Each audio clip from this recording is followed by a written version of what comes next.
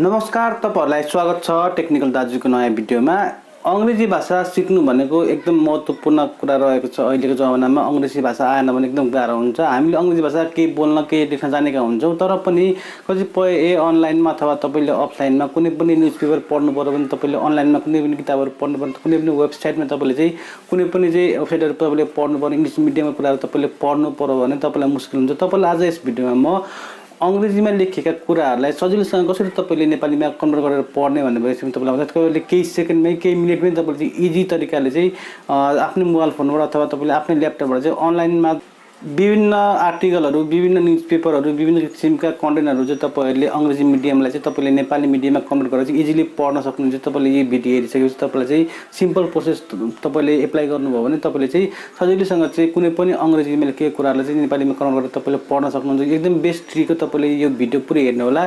भिडियोले तपाईलाई म कम्प्लिट जानकारी दिन्छु। तपाईले चाहिँ कसरी अंग्रेजीमा लेखेको कुराहरुलाई चाहिँ सजिलैसँग चाहिँ नेपालीमा बदलेर पढ्ने, अथवा तपाईले नेपालीमा कुनै पनि कुरा लेख्छ भने त्यसलाई तपाईले अंग्रेजीमा कन्भर्ट गर्नु मन लाग्यो भने तपाईले कुनै पनि चिठी लेख्नु कुनै पनि आर्टिकल लेख्नु भएको छ भने तपाईले त्यसलाई नेपालीमा कन्भर्ट गर्न मन लाग्यो भने तपाईले इजिली त्यसलाई कन्भर्ट गर्न सक्नुहुन्छ नेपालीमा। यो एकदम बेस्ट खालको ट्रिक हो। तपाईले चाहिँ यो ट्रिक एप्लाई गर्नु भने तपाईलाई सजिलोसँग चाहिँ अंग्रेजी भाषा चाहिँ बुझ्न तपाईलाई एकदम सजिलो हुन्छ। तपाईले चाहिँ कुनै पनि क्लास गइराख्नु पर्दैन। तपाईले चाहिँ घरमै बसेर चाहिँ तपाईले इजिली सँग अंग्रेजी भाषा बुझ्न र तपाईले पढ्न सक्नुहुनेछ। यो एकदम बेस्ट भिडियो। तपाईले भिडियो पुरै हेर्नु होला। तपाईले च्यानल सब्स्क्राइब गर्नुभयो भने सब्स्क्राइब गर्नु होला र हामीलाई बेल आइकन दबाउन नबिर्सनु होला। हामीलाई फेसबुकमा फलो गर्न पनि नबिर्सनु होला। तपाईले कुनै पनि अंग्रेजीमा लेखेका कुराहरुलाई नेपालीमा कन्भर्ट गर्नको लागि तपाईले सिम्पल आफ्नो मोबाइल फोन ओपन गर्नुस्। तपाईले ल्यापटपमा पनि काम गर्न सक्नुहुन्छ। तपाईले एक्जामको लागि तपाईले कुनै पनि एउटा साइट ओपन गर्नुभयो, जुन साइट जस्तो एक्जामको लागि तपाईलाई मैले बताउनु गएको तपाईले एउटा न्यू साइट ओपन गर्नुभयो। तपाईले जस्तै बीबीसी हामी ओपन गरौँ। तपाईलाई बीबीसी को न्यूज हेर्न मन लाग्यो अथवा तपाईले कुनै पनि अंग्रेजी मिडियमका कुराहरु तपाईलाई पढ्नु मन लाग्यो भने तपाईलाई गाह्रो हुन्छ। तपाईले त्यो तपाईलाई पढ्न एकदम मुस्किल पर्छ। तपाईलाई पढ्नु मन लागेको हुन्छ तर पनि तपाईलाई पढ्न मुस्किल भइरहेको हुन्छ। त्यस्तो अवस्थामा तपाईले यहाँनिर चाहिँ विभिन्न किसिमका न्यूजहरु तपाईलाई पढ्नु मन लाग्यो भने तपाईले विभिन्न किसिमका आर्टिकलहरु तपाईलाई पढ्न मन लाग्यो, विभिन्न किसिमका अनलाइन बुकहरु तपाईलाई पढ्न मन लाग्यो भने तपाईलाई गाह्रो हुन्छ। त्यस्तो अवस्थामा तपाईले चाहिँ अब कसरी चाहिँ हामीले पढ्ने भन्ने विषयमा तपाईले कुनै पनि कथाहरु, कुनै स्टोरीहरु, कुनै पनि बुक्सहरु तपाईले पढ्न मन लाग्यो भने तपाईले सिम्पल चाहिँ त्यो कन्टेन्टहरु तपाईले खोज्नु पर्ने हुन्छ। तपाईले यहाँनिर चाहिँ त्यसरी यहाँनिर विभिन्न कुराहरु लेखिएका छ। यो अंग्रेजी मिडियममा चाहिँ देख्नुहुन्छ। तपाईले यसलाई कपी गर्नुस्। तपाईलाई चाहिएको कुरा सबैले तपाईले सिलेक्ट गरेर कपी गर्नुस्। मैले जस्तै यतिलाई थोरै कपी गरेछु। तपाईले यसलाई कपी गर्नुस्। तपाईले यहाँ कपी भन्ने अप्सन छ, त्यहाँबाट तपाईले सर्च गर्नुपर्ने यहाँनिर गुगल ट्रान्सलेट भन्ने तपाईले यहाँ देख्नु भएको छ। तपाईले यहाँनिर छ दुईटा अप्सन। तपाईले यहाँनिर टेक्स्ट इन्टर गर्न सक्नुहुन्छ। तपाईले यहाँनिर सिलेक्ट ल्याङ्ग्वेज कुन चाहिँ तपाईको भएको ल्याङ्ग्वेज तपाईले यहाँ हाल्नु। तपाईले कन्भर्ट गर्न चाहेको ल्याङ्ग्वेज तपाईले यहाँनिर नेपाली सिलेक्ट गर्नुस्।